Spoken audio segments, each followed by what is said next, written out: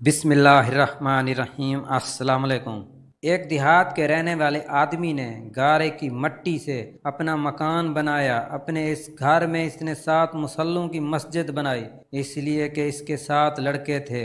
تعمیر پوری ہونے کے بعد اس شخص نے اپنے لڑکوں کو کہا کہ میں اب چاہتا ہوں مسجد کی لپائی بہشت کی مٹی سے کروں۔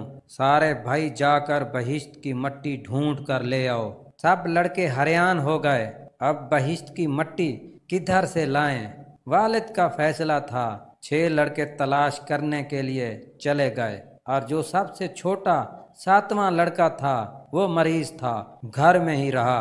رات کو جب تھکے ہارے خالی ہاتھ بھائی گھر واپس آئے تو دیکھتے ہیں جو چھوٹا بھائی ہے وہ تھیلے میں مٹی بھر کے بیٹھا ہوا ہے۔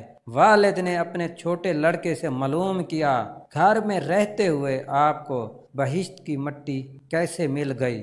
لڑکے نے جواب دیا، پورا دن ماں کے ساتھ ساتھ چلتا رہا، جس جس جگہ پاؤں رکھتی تھی اس جگہ کی مٹی اکٹھی کرتا رہا، وہی یہ مٹی ہے۔ ماں کو پا لینا ہی بہشت ہے، نہیں تو اللہ تعالیٰ کس لیے رکھتا بہشت ماں کے قدموں میں؟ ماں کو پالو، بہشت اپنے آپ مل ہی جائے گی۔